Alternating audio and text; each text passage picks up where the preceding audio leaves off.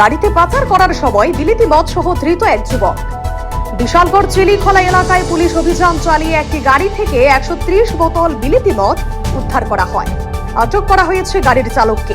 ঘটনার বিবরণে জানা যায়, শুক্রবার বিকেলে বিশালগড় থানার পুলিশ ও টিএসআর বাহিনী অভিযান চালায় চিলিখোলা এলাকায়। পুলিশ একটি গাড়িতে তল্লাশি চালিয়ে 130 বোতল বিলিতি মদ সহ গাড়ির চালক সুলেমান হোসেনকে গ্রেপ্তার করে। জানা যায়, গোপন সূত্রের খবরের ভিত্তিতে অভিযান চালিয়ে বিশালগড় থানার পুলিশের এই সাফল্য জানিয়েছেন বিশালগড় থানার সাব ইন্সপেক্টর মৃদুল মজুমদার। এই ধরনের অভিযান প্রতিনিয়ত জারি থাকবে বলে জানিয়েছেন পুলিশ। আজকে আমরা গোপন একটা খবর পাই যে বিশালগড় থেকে চিলিখোলা যে রুট, ওই রুটে একটা গাড়ি ভর্তি বিদেশি মৎস্য তারা নিয়ে যাচ্ছে। সেই খবর পাওয়া মাত্র আমরা ওই রুটে আমরা নেমে পড়ি এবং TR01